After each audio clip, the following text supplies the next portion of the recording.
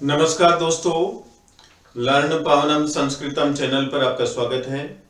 दोस्तों, आज हम प्रकृति भाव संधि के विषय में जानेंगे। तो आइए साथियों जानते हैं दूरादुते चे सूत्र के माध्यम से।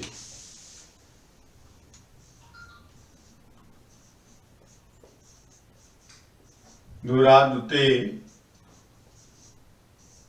चे सूत्र के माध्यम से जानेंगे। सूत्र नंबर है 8284।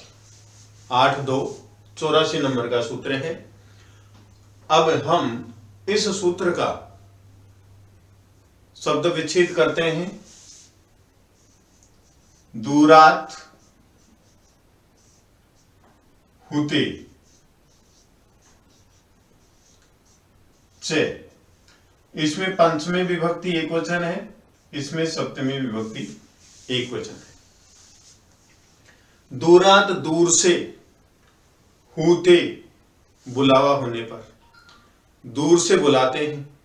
जैसे किसी को बुलाते हैं मोहन, तो जो ए अंत में बोल रहा है वह रेशव होता है, लेकिन हम किसी को पुकारते हैं तो वह प्लुत हो जाता है, प्लुत हो जाता है। श्याम, श्याम अंत में जो मैं है उसमें जो ए है वह प्लुत हो जाता है। तो इसके विषय में कहा गया है कि दूर से किसी को भी बुलाते हैं तो अंतिम जो स्वर होता है वह प्लुत हो जाता है, और जो प्लुत स्वर होता है उस प्लुत स्वर में क्या होती है? प्रकृति भाव संधि होती है। प्रकृति भाव संधि होती है। एक बार इसकी वृत्ति और देखते हैं। दूरात संबोधने, दूरात संबोधने वाक्यस्य ते प्लुतो वा, वाक्यस्य ते प्लुतो वा, विकल्प से, वा विकल्प से। दूरात दूर से पंचमी एक वचन, संबोधन में सप्तमी एक वचन, वाक्य से षष्ठी एक वचन, टे टी का षष्ठी एक वचन, प्लुत हो जाता है। दूर से संबोधन में वाक्य के टी का प्लुत हो जाता है, वाक्य के टी का प्लुत हो जाता है। अब वाक्य किसको बोलते हैं? वाक्य उसको बोलते हैं जिसमें एक तिंग होता है, एक तिंग प्रत्यय होता है, उसको वाक्य बोलेंगे। जैसे मैंने लिखा राम है गच्छति, ये बोला मैंने राम है गच्छति, इसको वाक्य कहेंगे। चाहे छोटा ही वाक्य हो जिसमें कर्ता और क्रिया होती है, वाक्य कहलाता है, वाक्य कहलाता है। इसके अलावा कर्म भी हो सकता है, संप्रदान भी हो सकता है, अपादान भी हो सकता है, संबोधन भी होता है। तो कहने का मतलब जिसमें कर्ता और क्रिया होती है वाक्य कहलाता है। अब टी किसे कहते हैं? टी टी होता है कि जो अंतिम जो स्वर होता है वहीं से प्रारंभ कर देते हैं, तो टी होता है। जैसे यहां पर गच्छति है तो यहां पर देखो गच्छ ये लिख दी गई, आगे तय और ई, जो अंतिम स्वर होता है वही टी होता है, ये ई है। गच्छति, तो ये ई प्लुत हो जाता है जब बोलते हैं, पुकारते हैं गच्छति। जैसे हरि को पुकार रहे हैं हरि, तो ये प्लुत हो जाता है। तो यहां पर बताया गया है कि दूर से संबोधन में वाक्य के टी का प्लुत हो जाता है, वहां प्रकृति भाव संधि होती है, प्रकृति भाव संधि होती है। अचो अंत्यादि टी, टी क्या होता है? अचो अंत्यादि टी, जो अच होता है उसका जो अंतिम अच का प्रारंभ टी होता है। अंतिम अच अंतिम अक्ष क्या है, ये ई। इसका इधर से प्रारंभ करेंगे तो टी होता है। कहने का मतलब जो गच्छति है, इसमें जो अंतिम स्वर है वही टी कहलाता है।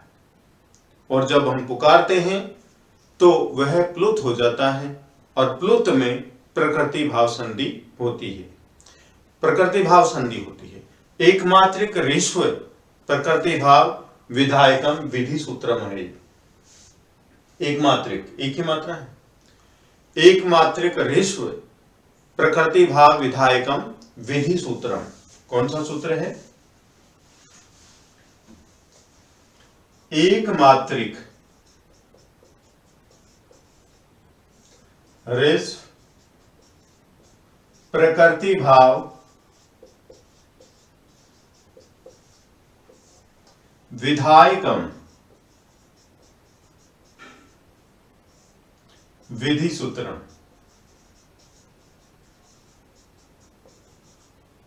कौन सा? ये दूरात होते एकमात्रिक ऋस्व प्रकृति भाव विधायकम विधि सूत्रम। अब नेक्स्ट है, इससे नेक्स्ट जो सूत्र है वह है प्लुत प्रग्रह्य अचि नित्यम। प्लुत प्रग्रह्य अचि नित्यम। प्लुत हो और प्रग्रह्य हो, उसके बाद में अच हो, तो वहां पर प्रकृति भाव संधि होती है। अब ये प्रग्रह्य क्या होता है, इसके विषय में जानेंगे। प्लुत तो जान लिया हमने, प्लुत तो जान लिया, क्या है? अचो अंत्यादि प्लुत। अंतिम जो अच है उसका जहां से प्रारंभ होता है वही प्लुत होता है, वही प्लुत होता है। कहने का मतलब जो अंतिम स्वर, शब्द का अंतिम स्वर प्लुत होता है यदि हम पुकारते हैं तो, यदि हम किसी को बुलाते हैं तो किसी की बुलाने के अर्थ में राम, इस प्रकार से रवि, तो अंत में जो ई बोल रहे हैं, रवि, हरि, मुनि, गिरि, गुरु, भानु, इस प्रकार से बोलते हैं तो अंतिम जो स्वर है वह प्लुत हो जाता है और वहां पर प्रकृति भाव संधि होती है। और वो क्या होती है? एकमात्रिक ऋस्व प्रकृति भाव विधायकम विधि सूत्रम होता है। एकमात्र जो प्लुत होने पर 3 मात्राएं जितना समय हो जाता है, प्लुत होने पर। ठीक है, अब नेक्स्ट जानते हैं हम प्लुत प्रग्रह्य अचि नित्यम।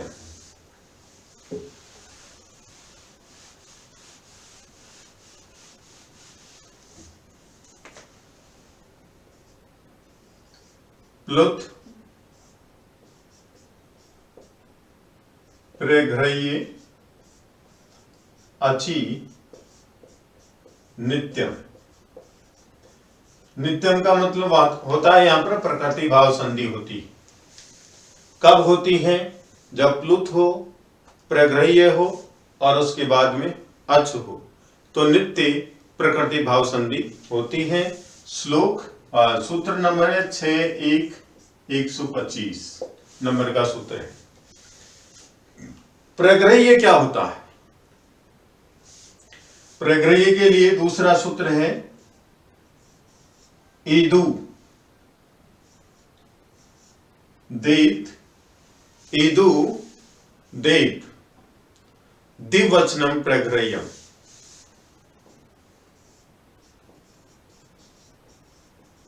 द्विवचनम प्रग्रह्यम। ईदु देत द्विवचनम प्रग्रह्यम। ये 1.1.11 नंबर का सूत्र है। कितने नंबर का? 1.1.11 नंबर का सूत्र है। ईदु देत द्विवचनम प्रग्रह्यम, इसको हम प्रग्रह्य कहेंगे। तो इसका हम विच्छेद करते हैं जिससे मालूम चले ईत, ऊत, ईत। फिर आगे द्विवचनम प्रग्रह्यम है द्विवचनम प्रग्रह्यम। इसको समझेंगे,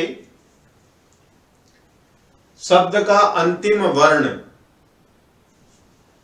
दीर्घ ई हो, दीर्घ उ हो और ए हो, और इसके साथ शर्त यह है कि वो द्विवचन भी हो, उसको हम प्रग्रह्य कहते हैं। और इनके बाद में क्या हो, अच हो, इनके बाद में अच हो, तो वहां पर प्रकृति भाव संधि होती है। प्रकृति भाव संधि का मतलब उसमें किसी प्रकार का कोई परिवर्तन नहीं होता है, जैसे होती है वैसी की वैसे ही हम लिख देते हैं। तो यहां पर प्रकृति भाव संधि होती है। यहां पर ईदु देद में संधि की हमने झलाम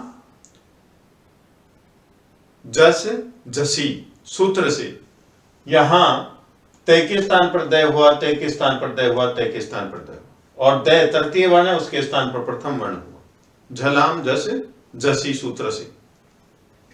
ठीक है, तो इस प्रकार से इस शब्द का यह विच्छेद किया गया, और इस विच्छेद से हमें मालूम चला, क्या चला, कि दीर्घ ई हो, दीर्घ उ हो या ए हो, आगे प्लस अच हो, अच का मतलब स्वर हो, तो कोई परिवर्तन नहीं होता है, कोई परिवर्तन नहीं होता है, कोई भी परिवर्तन नहीं होता है। इसी को प्रकृति भाव संधि कहते हैं, इसी को प्रकृति भाव संधि कहते हैं। तो ये आपको समझ में आ गया होगा दोस्तों। जैसे यहां ऊपर लिख देता हूं, प्लुत का एक उदाहरण,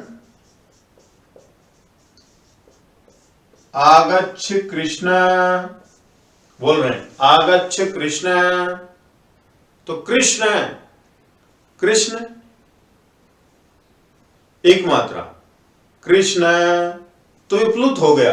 तो यहां पर प्लुत के लिए 3 जो संख्या लिखी जाती है, तो कहने का मतलब 3 मात्रा, तो वहां पर नित्य प्रकृति भाव संधि होती है जहां पर प्लुत होता है, ये हमने जाना था। आगच्छ कृष्ण है, अत्र गोश चरंती, अत्र गोश चरती, यहां पर गायें चर रही हैं, अत्र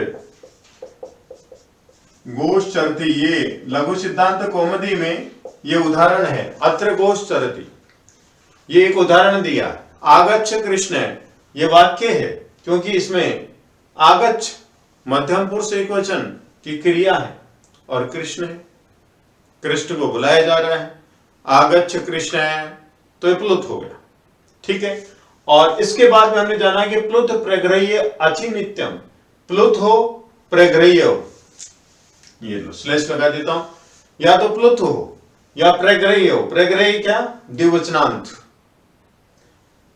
शब्द का अंतिम वर्ण हो और कैसा हो, द्विवचन हो, और उसके बाद में अच हो, अच का मतलब स्वर हो, वहां पर प्रकृति भाव संधि होती है, वहां पर प्रकृति भाव संधि होती है। जानते हैं, अभी ये जान लिया आपने कि ईदु देद, इसका संधि विच्छेद करेंगे, ईद उत एत, द्विवचनम प्रग्रह्यम, ये द्विवचन प्रग्रह्य कहलाता है। तो ये प्रग्रह्य संज्ञा विधायकम संज्ञा सूत्रम है, प्रग्रह्य संज्ञा विधायकम संज्ञा सूत्रम कहते हैं इसको। ठीक है, अब हम उदाहरण के माध्यम से जानेंगे और इसकी वृत्ति भी जान लेते हैं। इस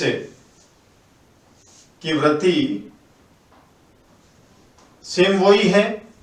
देखिए, ईदु देद, जो ये है ईदु देद, लिख देता हूं, ईदु देद, ईदु देद,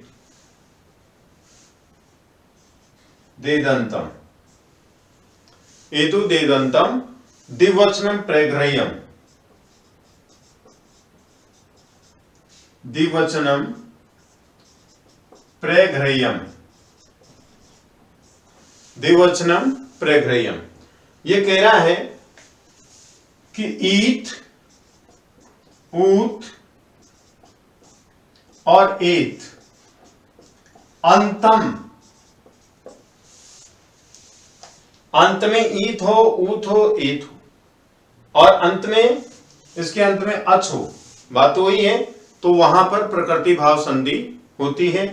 सेम इसी की तरह जो हमने पहले जान लिया है, पहले हमने जान लिया है, एक बार और हम डिटेल में जानते हैं। ये सूत्र लिखा गया है,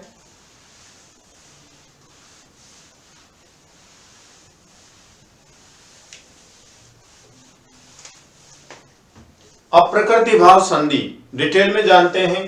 देखिए, प्लुत होने पर और प्रैघ्रय, प्रैघ्रय में क्या है, यहां पर लिख देता हूं, ईथ, ऊत और एत और आगे अच, अच का मतलब कोई भी स्वर, इसको भी अलग कर देता हूं, बड़ी ई, बड़ा ऊ और ए हो, इसके बाद में स्वर हो, या ऐसे भी लिख सकते हैं हम, और यहां पर प्लुत। अब समझ में आ गया होगा। ऊपर वाला देखिए, फर्स्ट सभी तरह से, तीनों तरह से लिख दिया मैंने, प्लुत हो और प्रैघ्रय हो और अंत में अच हो तो प्रकृति भाव संधि होती है। या इसको सरल रूप में और देखिए, प्लुत हो या ईत हो या ऊत हो या एत हो और इसके आगे अच हो या स्वर हो तो प्रकृति भाव संधि होती है। इसका सरल रूप और देखिए, प्लुत हो और ई, दीर्घ ई, दीर्घ ऊ, दीर्घ ए हो और द्विवचन हो, इन सबके साथ क्या है, द्विवचन हो, ये और याद कर लीजिए। द्विवचन हो, प्रैघ्रय भी कैसा हो, द्विवचनांत हो। ईत, ऊत और एत ये भी द्विवचन वाला हो, ई, ऊ, ए ये भी द्विवचन हो और आगे स्वर हो तो वहां पर प्रकृति भाव संधि होती है। जैसे कवि, धन अत्र, रवि, धन अत्र, मुनि, धन अत्र, भानु, धन अत्र, गंगे, धन अत्र, लते, धन अत्र। देख लीजिए, ये द्विवचन द्विवचन द्विवचन द्विवचन द्विवचन द्विवचन कैसे, देखिए, कवि और कवि और कवये लिखते हैं हम तो ये द्विवचन हो गया। इसी प्रकार से रवि, रवि, रवये ये भी द्विवचन, मुनि, मुनि, मुनये द्विवचन, भानु, भानु, भानवय ये भी द्विवचन, गंगा, गंगे और गंगा ये भी द्विवचन, लता, लते और लता ये भी द्विवचन। तो कहने का मतलब शब्द का अंतिम वर्ण दीर्घ ई हो, दीर्घ ऊ हो, दीर्घ ए हो, इसके बाद में कोई स्वर हो तो वहां पर प्रकृति भाव संधि होती है, उसमें किसी प्रकार का कोई परिवर्तन नहीं होता है। तो इसकी संधि कैसे करेंगे, सेम इसी प्रकार से, कवि अत्र, फिर लिखेंगे रवि अत्र, कोई चेंज नहीं, मुनि अत्र, भानु अत्र, गंगी अत्र, लते अत्र। आज हमने दो जानी संधियां कि दूर से हम किसी को बुलाते हैं, दूरात होते चे सूत्र से, तो वहां पर प्लुत जो स्वर होता है और उस प्लुत स्वर के बाद में कोई अच होता है तो वहां पर प्रकृति भाव संधि होती है। और प्रघ्रय के बाद में अच होता है, और प्रघ्रय कैसा हो? द्विवचनांत। प्रघ्रय का जो अंतिम वर्ण होता है वो द्विवचनांत होना चाहिए, द्विवचन होना चाहिए। और उस द्विवचन के बाद में अच होता है तो भी प्रकृति भाव संधि होती है, उसमें कोई परिवर्तन नहीं होता है। तो देखिए ईत, ऊत, ईत, ये तपर है। तपर से पहले कोई स्वर होता है तो केवल उसी स्वर का ज्ञान कराता है जो पहले है। यहां पर ई है, दीर्घ ई है तो दीर्घ ई का ही ज्ञान कराएगा, दीर्घ ऊ है दीर्घ ऊ का ही ज्ञान कराएगा, और ए है तो ए का ही ज्ञान कराएगा। तपर के पहले जो स्वर हैं वो उसी का ज्ञान कराते हैं। और इसके बाद में यदि अच है तो यहां पर किसी प्रकार की कोई संधि नहीं होगी। कहने का मतलब कोई परिवर्तन नहीं होगा, संधि तो होगी, परिवर्तन नहीं होगा। परिवर्तन कोई संधि कहा जाता है, लेकिन यहां पर परिवर्तन नहीं हो रहा है तो हम क्या कहेंगे? प्रकृति भाव संधि। इसको बोलेंगे प्रकृति भाव संधि बोलेंगे। और दो कंडीशंस हो गई, प्लुत हो या फिर द्विवचनांत कोई भी, दीर्घ ई, दीर्घ उ या ए का कोई भी शब्द हो और उसके बाद में कोई स्वर हो तो वहां पर प्रकृति भाव संधि होती है। आपके सामने उदाहरण है, इन्हीं को प्रकृति भाव संधि कहा जाता है। तो विद्वान साथियों, यदि आपको ये वीडियो पसंद आया तो आप लाइक कीजिए, शेयर कीजिए, कमेंट कीजिए, सब्सक्राइब कीजिए। धन्यवाद।